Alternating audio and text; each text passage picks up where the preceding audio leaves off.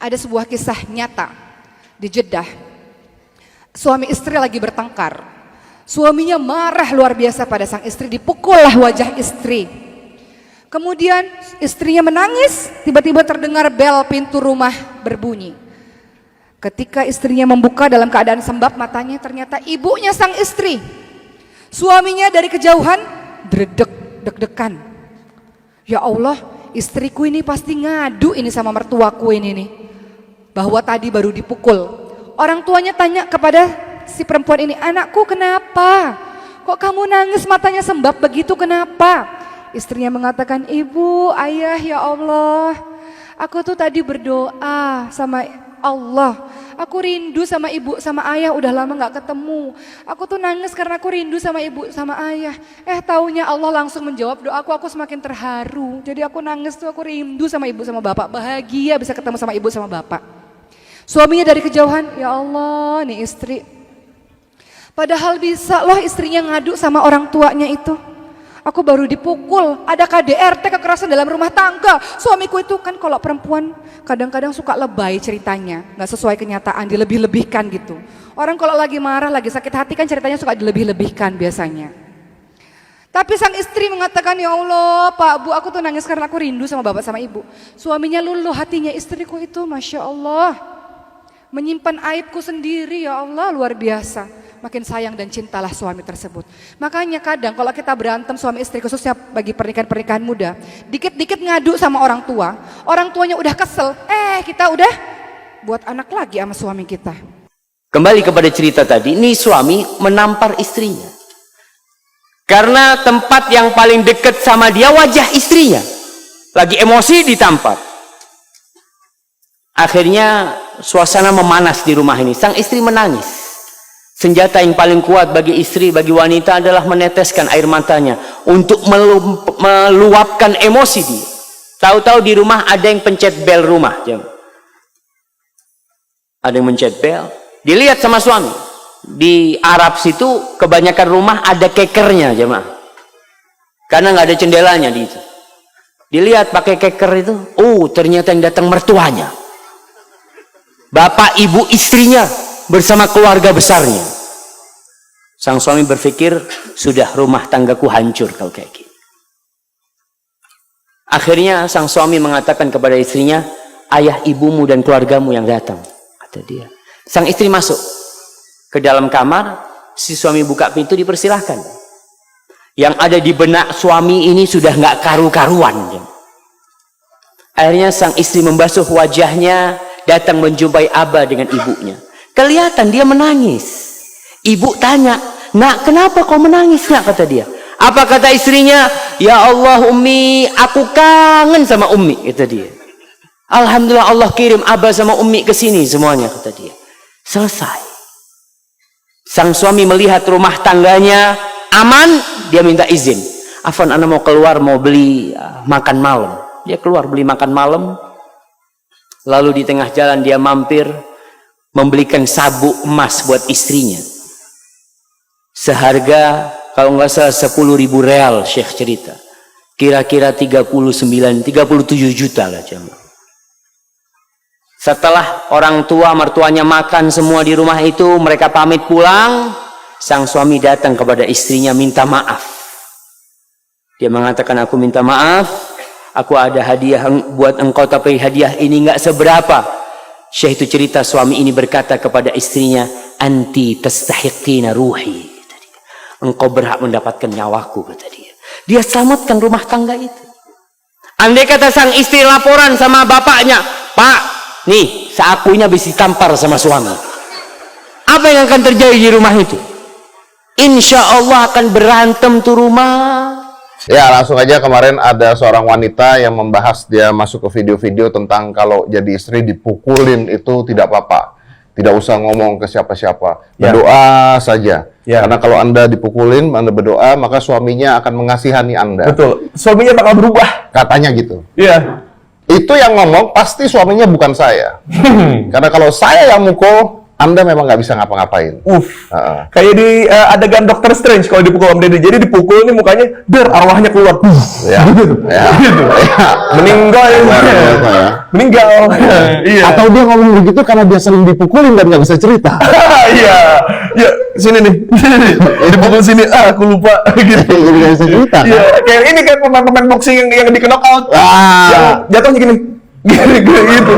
Yang best knock out yang di tinju. Tapi bagus lah. Ya. Jadi apapun yang terjadi harus disertai dengan doa kan. Ya. Biar gimana pun doa itu bagus, bener dong. Betul. Doa itu bagus biar gimana pun. Ya, Ya. tapi kalau dipukulin terus doa Anda juga nggak nolong sih sebenarnya ya. Ya. Kalau Anda nggak ngomong ke siapa-siapa ya. Betul. Dan jangan pakai alasan bohong juga. Misalkan kayak ada ibunya datang terus, kamu kenapa menangis? Iya, Gitu. betul. Kan ibunya datang. Ibunya datang. Oh. Ya kan? Kamu kenapa nangis? Aku kangen ibu. Oh, di belakang. Terlalu jauh. Ibu. Bentar. Gue jadi ibunya nih ya. Gue jadi ibunya ya. Iya. Ya kan? Kamu kenapa nangis? Ibuku kayak laki-laki. Kan katanya lo ibunya. nangis. Iya. Ulang. Iya. Dari kecil aku nyusu keluarga protein. Yang lain susu formula aku dapat whey. Ulang. Iya. Kamu kenapa nangis?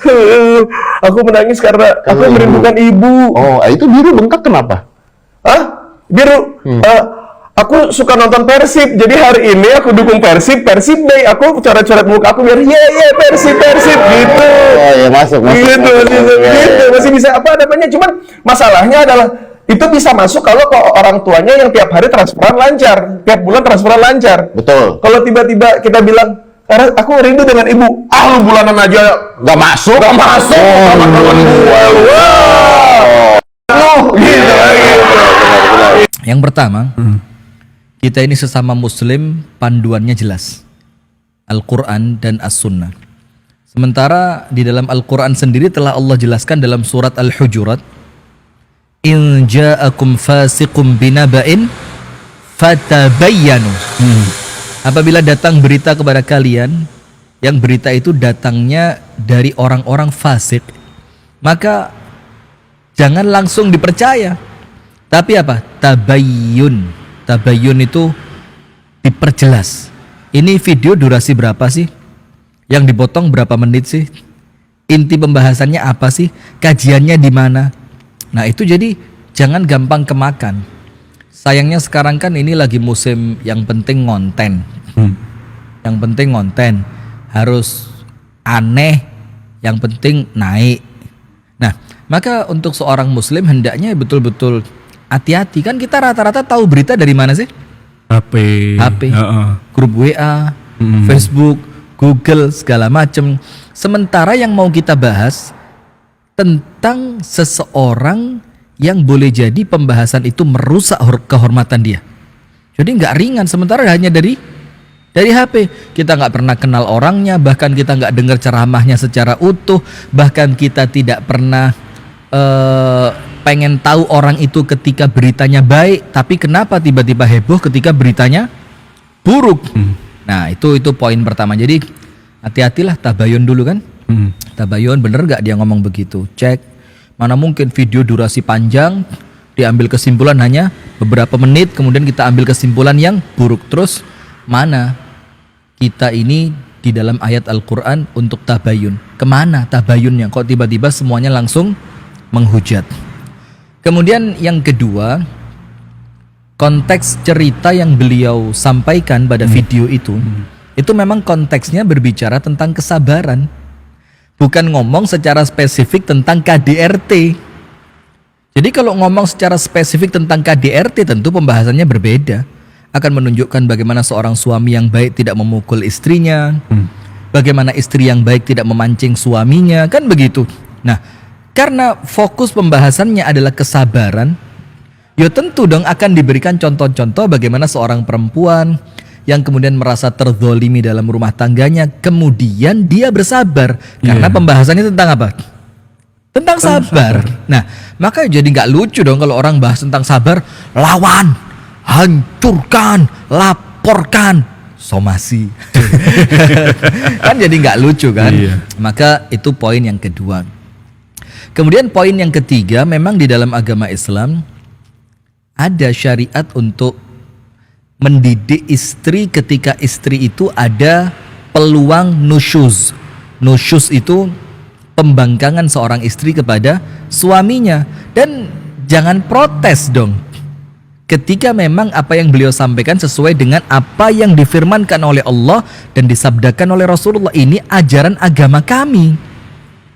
Kenapa justru sekarang menjadi heboh ketika ajaran itu dijelaskan, sementara di dalam Al-Quran dikatakan pukullah mereka, tapi ingat ada penafsirannya. Bukan pukul yang kemudian seperti kita mukul binatang buas atau mukul anjing orang yang masuk ke rumah kita atau mukul ayam orang yang ngotorin kursi kita. Enggak. Atau kayak orang tinju atau gulat. Enggak.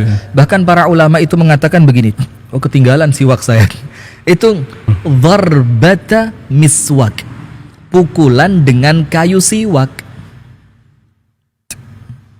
Coba sakit gak antum dipukul pakai kayu siwak yang kecil itu? Kemudian disebutkan dalam penafsiran yang lain, dharba ghaira mubarrih, pukulan yang tidak menyakitkan. Dalam penafsiran yang lain dikatakan pukulan yang tidak memunculkan bekas.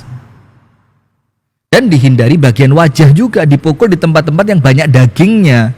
Seperti maaf ya, pantat begitu, atau dan pukulannya tidak menyakitkan. Terus kenapa sekarang jadi heboh seperti ini? Dan kemudian yang berikutnya juga kita perlu hati-hatilah teman-teman sekalian. Ini zaman-zaman fitnah banget, ini zaman porak-poranda, ancur-ancuran begitu kan.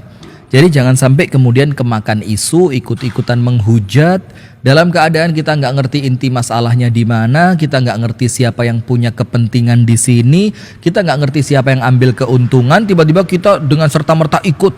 Apalagi nampaknya para perempuan lagi mudah baper sekarang ketika dibilang, wah Ustazah titik-titik mengatakan KDRT nggak usah dilaporin. KDRT nggak apa-apa, KDRT nggak apa-apa. Bahkan tanggapannya itu Ustaz, yang tadi barusan video kita lihat, yang mengucapkan adalah orang yang sering ngaku smart people. Ini kan sangat sangat ironi. Bahkan yang disampaikan itu apa? Tunggu dulu, smart itu kan bisa jadi smart memanfaatkan keadaan.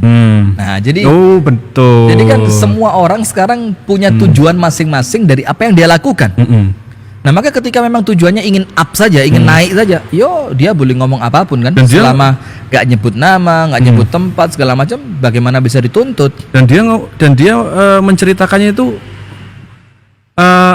KDRT nggak apa-apa, katanya KDRT nggak apa-apa, katanya KDRT wajar. Padahal kata-kata itu sama sekali tidak ada terdapat dalam konten ceramahnya. Berarti kan kembali perlu tabayun tadi kan, bener nggak ustazah tersebut mengatakan yang seperti itu?